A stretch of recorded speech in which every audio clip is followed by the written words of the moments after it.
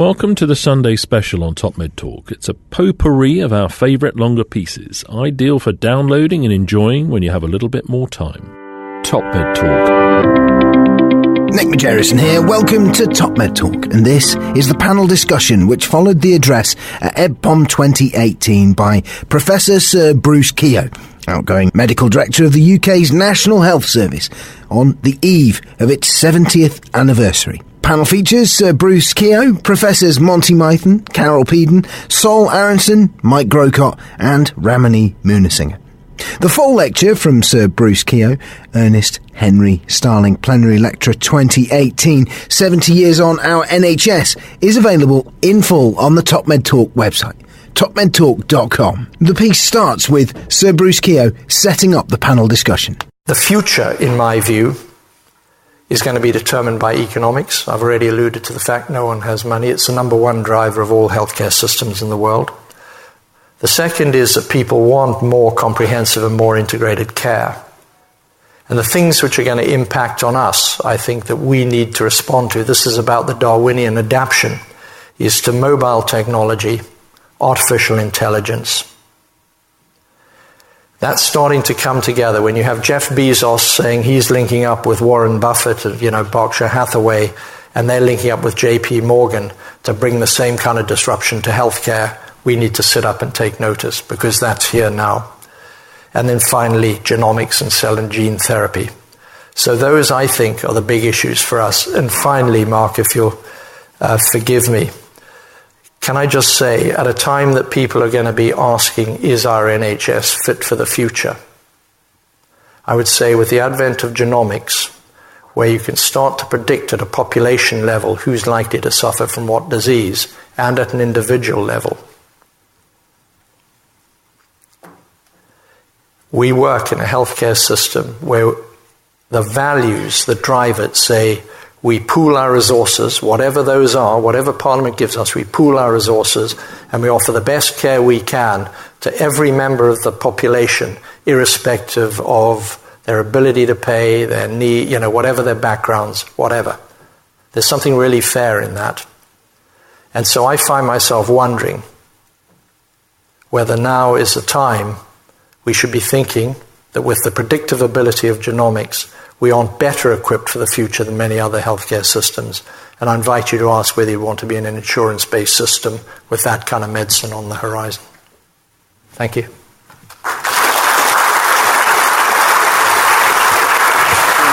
Thank you for an excellent talk. Do we have any questions from the audience for our panel?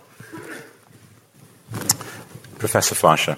Yeah, so I'm curious that you brought up Berkshire Hathaway, Amazon, and JP Morgan, and I've had the privilege of talking to several of the people who interviewed for that job, and many of them couldn't figure out what the plan was, which is why they didn't take the position or go further.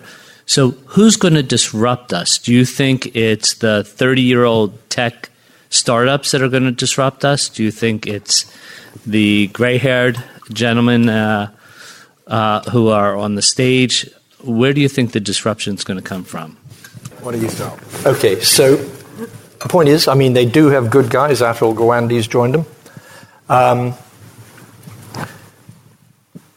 Sometimes you don't know the answer to a problem before you go into it. And what we do know is that Amazon's main business is IT. That their delivery business and all of that's a secondary part of their business. So they know how to do the IT. We know Warren Buffett is capable of raising money and putting his money in the right place. And we know that JP Morgan also have the ability to do that. We also know that between them, those organizations have a population of about 1 million people. And we also know that Amazon's tested some of its previous technologies on its own staff. So I think they're looking at kind of new ways of joining up medical records, and that's the fundamental basis of integrated care. I think they're also looking at ways, they're going to be looking at ways of delivering stuff, whatever that might be. I just think they have a track record of disruption, and that's something that we need to be alert to. If I may, I would say the free market is going to be the disruptor. And I think those personalities and philosophies linking up together with their core competencies are going to unleash the free market's forces to be the disruptor. I think healthcare has been perversely stifled and not be subjected to the force of the free market. And I think the free market is now going to unleash itself on healthcare. Thank you for an excellent presentation. All of them were phenomenal. The question, just to follow up on Dr. Fleischer's question, machine learning, we talked genomics, but machine learning and AI and the folks who are now, we think are going to be responsible for disruptive innovation, a lot of what we're hearing is that's a drive of theirs. How do you compare what's going on across the pond with them to efforts here in that regard? So from where I sit, the pond isn't a very big divide. So, Google have a big enterprise in this country. A number of other organizations are interested in this. We have a whole series of startups in the Old Street area of this city.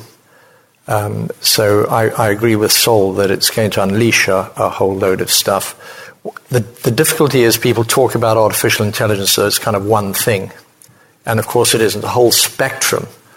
And we're governed by pretty strict European Union regulation, which means these things fall under the medical devices regulations, which means the software behind them has to be assessed and passed through the regulations. So you can't fiddle with it without having to go through it again. And that puts a stifler on the kind of black box artificial intelligence. There's also another issue which people are grappling with, particularly I know in Korea at the moment, that there are two things that are expected, certainly from European legislation, is your right to discovery. So you have a right to know how some artificial intelligence has made a decision. And secondly, you have the right to be forgotten. And there is a bit of a conflict there. And there's a complexity, and particularly in the black box AI, about how you regulate for that. So, Bruce, your closing comments.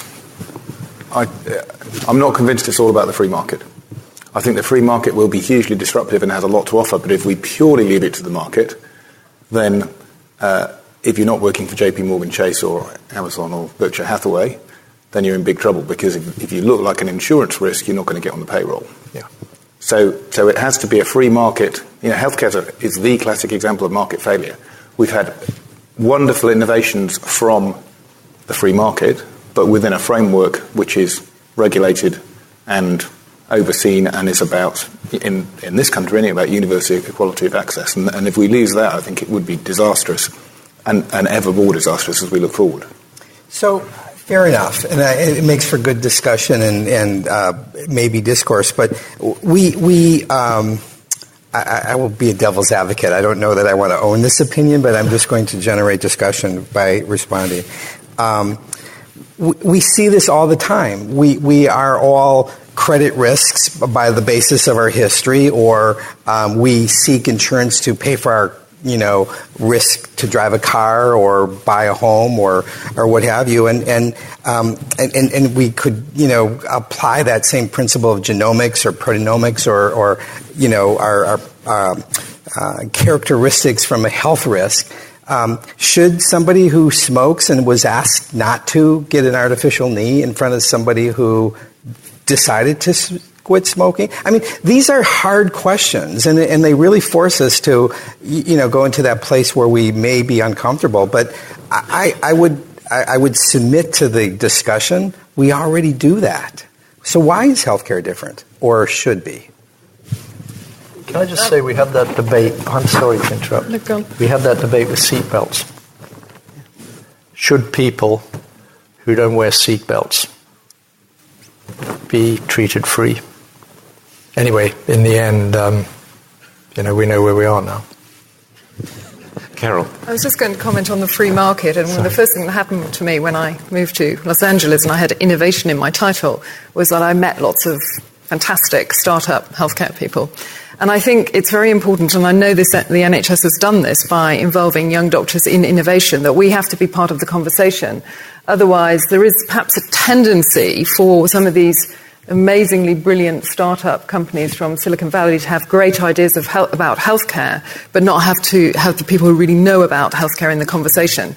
So I think that we have to learn about it, bring our ideas up, and make sure we're part of the conversation. Otherwise, there'll be some great free market ideas that are not terribly useful to us. Can I push the panel on that a bit farther? Do you think that we are capable of internal and creative disruption in a way that we can push some of these things forward? And if we are, what does a framework look like that allows us to aggressively pursue that? I think we're very conservative. I think we have a tendency to protectionism of our own jobs and workforce. And I think that we have quite a lot of problem experts. So in other words, you can get a group of people to put as much energy as possible into why we shouldn't do what appears to be the bland or obvious, which is going to cost some people their jobs because it's a cheaper, more efficient way of doing things. Is that familiar to you, Mark? Yes. But how do we how do we turn the dial up on that? How do we move that forward? Because we're great at talking. I mean, it's a national pastime, isn't it? That we always discuss the NHS because everyone's got an opinion. But we've got to do something practical, and whether it's the external disruption that Bruce talked about with his history professor, or whether it's the free market, something's got to change that dial at some stage. And how do we push that and create that if we do think that's where we need to go? So I used to say I'm a glass half full person. My daughter's a mechanical engineer, taught me that's a bad analogy because it's not whether the glass is half empty or half full. It's a flaw design in the glass. But nevertheless, I think we have to address that inner demon, if you will. There's an intrinsic self-servingness to what we do and how we perhaps address that question. I love Michael Porter's commentary about how we all have to practice to the height of our abilities. And the fact is that many of us in this room are really expensive and shouldn't be doing what we do. And there's a whole dimension of extenders that needs to grow and be developed. There's a whole generation of smart people that will invent technologies and tools that will put us out of work, and that's appropriate. So I do look forward to the evolution of our abilities to address those problems because I think we are fundamentally smart, and I also believe fundamentally well-intended and good. And at the end of the day, I think that's what will survive. And I do think the free market will push us to that. I completely agree, but I think it's got to be within a framework. And I think one of the things we should change is how we see ourselves and therefore how we train the future us. Because I know medical schools changed quite a lot since I was there, but we're getting into quality improvement, but innovation, economics, all those things which are fundamental to leading in healthcare, which is what all consultants do, we should be teaching and making that part of our professional identity. Can we just take a comment from Ramani on the panel and then we'll move to Ross for another question? So completely support that, and I think moving further on that comment about medical school education, one thing that we absolutely know is that we will be completely unable to predict the world that the doctors that are going through medical school right now will be living in when they retire. Absolutely unable to do that because we've seen that in our own working lives so far. And one of the things that we need to breed in this generation of healthcare professionals coming through now is flexibility and the ability to understand that they will not have a job for life necessarily, or it won't be the same job decade on decade. And they need to be flexible for that. They need to be prepared for that. They need to be resilient for that.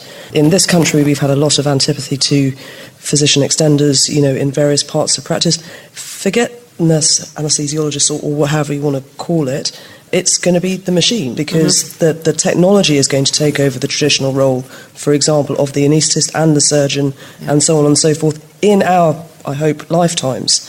So breeding that resilience and that flexibility in undergraduates that are going through now is, I think, the key thing that we have to address. I think a question from Ross, and if anybody else has questions, can you just make yourself visible? We've only got a few minutes left, but as it happens, it was on this day a few years back that a group in Leestown conceived a nation dedicated to the proposition that all men are created equal. I think they weren't being gender specific either, but everyone's created equal. But now genomics is the ultimate proof that that's not true. So how is that? I mean, America was conceived because everyone's equal, then equality of opportunity is the thing that matters, whereas in the old world, people aren't equal, and so therefore outcomes are different and equality of outcomes becomes your aim. And we now have either genomics is un-American or America is unscientific and not evidence-based. In 2 minutes. Or less. 90 characters or less. Look at the time. Should we just have a yes, no from the panel? Would that help? Is that an Australian trying to provoke a war between Britain and America? Ross. I think we're going to have to do that later, Ross, because that's really complicated. Unless anyone wants to summarise that one. No, right, moving on. Who's got the next microphone? Can we pass the microphone? There's a question. One over there first, sorry. Sorry, sir. Great Western Hospital, Swindon.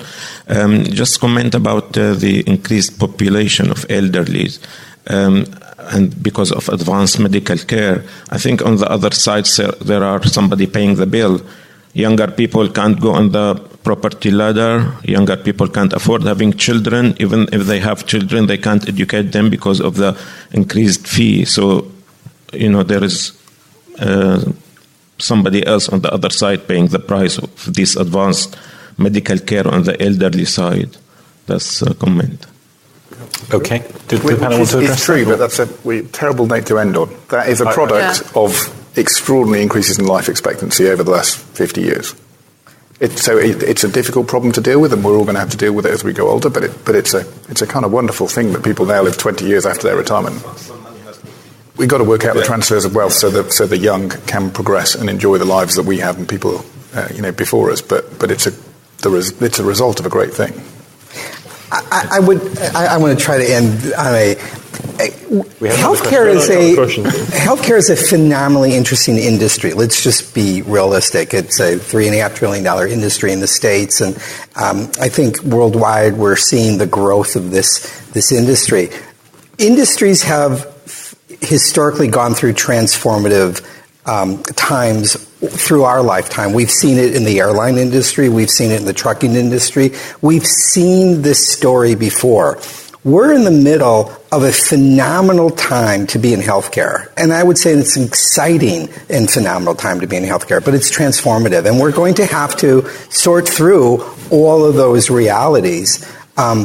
But it is a transformative, exciting time to be in the industry of healthcare. And that's how I'd like to. Yeah, and I think the genomics and the artificial intelligence and all those things can make sure we're operating on the right people with the best outcomes. We can make sure we're doing the right thing for people to have the longest quality of life. And I think long-term survival in the USA has gone down for the second year running, has it? So you're doing your bit to...